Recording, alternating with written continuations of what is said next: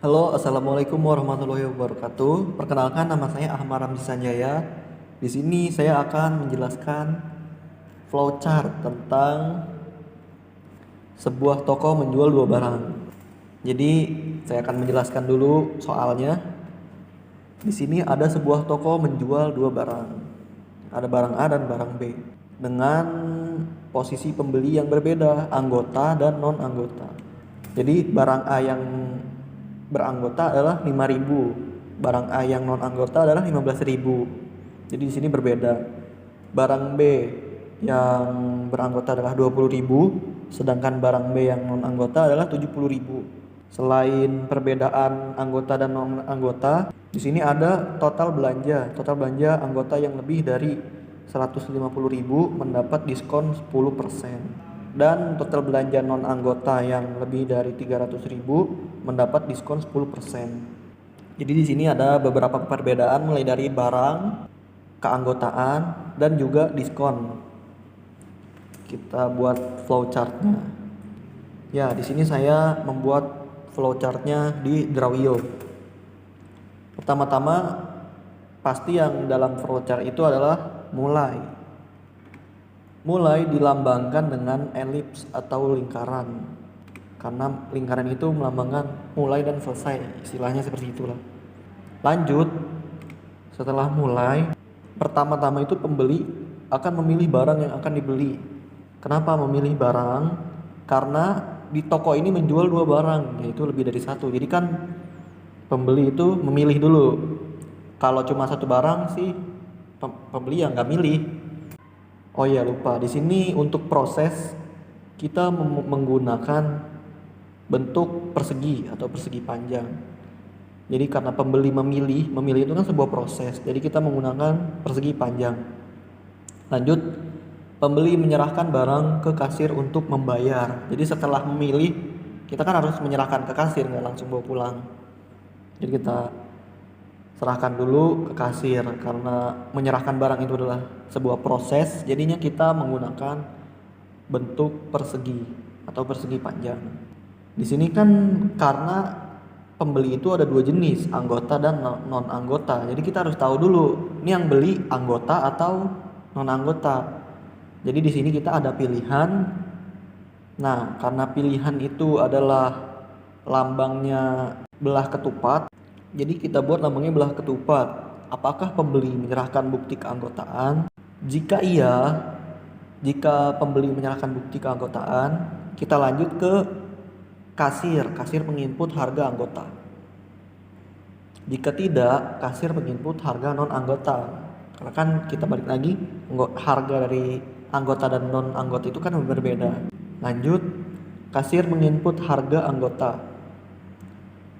Karena ini adalah menginput, lambangnya adalah jajar genjang. Jadi jajar genjang itu lambang untuk input dan output. Jadi jika kita misalkan print out, berarti itu kan output, berarti lambangnya jajar genjang seperti itu. Kasir menginput harga anggota. Setelah itu lanjut sistem memproses total belanja. Jadi setelah diinput harganya, setelah diinput berapa belanjaannya, sistem memproses total belanjanya itu berapa. Nah, setelah diproses total belanja, karena di sini kan kita ada diskon. Kita balik ke soal. Nah, total belanja anggota yang lebih dari 150.000 mendapat diskon 10%. Berarti kan ada dua pilihan. Total belanjanya lebih 150.000 atau total belanjanya di bawah 150.000. Jadi di sini ada pilihan iya atau tidak. Jika total harga lebih dari 150.000, maka pembeli mendapat diskon sebesar 10%. Jika iya, jika lebih. Di sini pembeli mendapat diskon 10% karena ini adalah sebuah proses ya, proses sistem mendapat 10%. Jadi di sini kita lambangkan persegi atau persegi panjang. Nah, jika belanjaannya 100.000 doang, maka lanjut saja, langsung sistem menampilkan total bayar. Jadi dia tidak dapat diskon. Jadi kita lanjut sini, sistem menampilkan total bayar. Karena ini adalah menampilkan ya atau output, jadi lambangnya adalah jajar genjang Seperti itu. Untuk yang non anggota di sini sama aja ya, bedanya beda harganya saja. Jadi sama aja. Kita lanjut saja. Jadi selanjutnya adalah pilihan ya. Setelah sistem menampilkan total bayar, pastikan pembeli ngelihat nih, apakah pembeli menyetujui pembayaran. Jadi ini harganya mahal nggak, kemahalan nggak, atau ini barangnya kurang apa gitu, atau sudah cukup. Jadi ada pilihan, apakah menyetujui pembayaran. Nah jika iya, pembeli membayar total belanja. Jika sudah menyetujui, pembeli membayar total belanja. Karena membayar itu adalah sebuah proses ya, jadi kita lambangkan di sini persegi panjang. Lanjutnya, print out bukti pembayaran. Setelah kita membayar kan pasti ada print outnya atau struk pembelanjaan. Jadi karena print out itu adalah sebuah input atau output, maka lambangnya adalah jejer genjang. Setelah keluar bukti pembayaran, maka kita lanjut pembeli membawa barang belanjaan. Jadi masa udah print out bukti kita nggak bawa belanjaannya, kan nggak mungkin.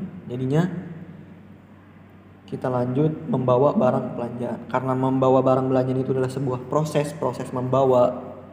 Jadi kita lambangkan dengan persegi atau persegi panjang. Setelah itu sudah selesai proses penjualan dan pembelinya, sudah selesai dengan membawa barang belanjaan.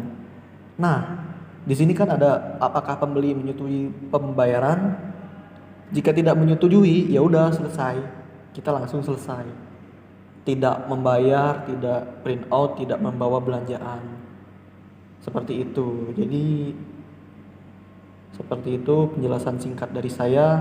Jika banyak kekurangan mohon dimaklumi. Seperti itu, wabillahi taufiq wal hidayah. Wassalamualaikum warahmatullahi wabarakatuh.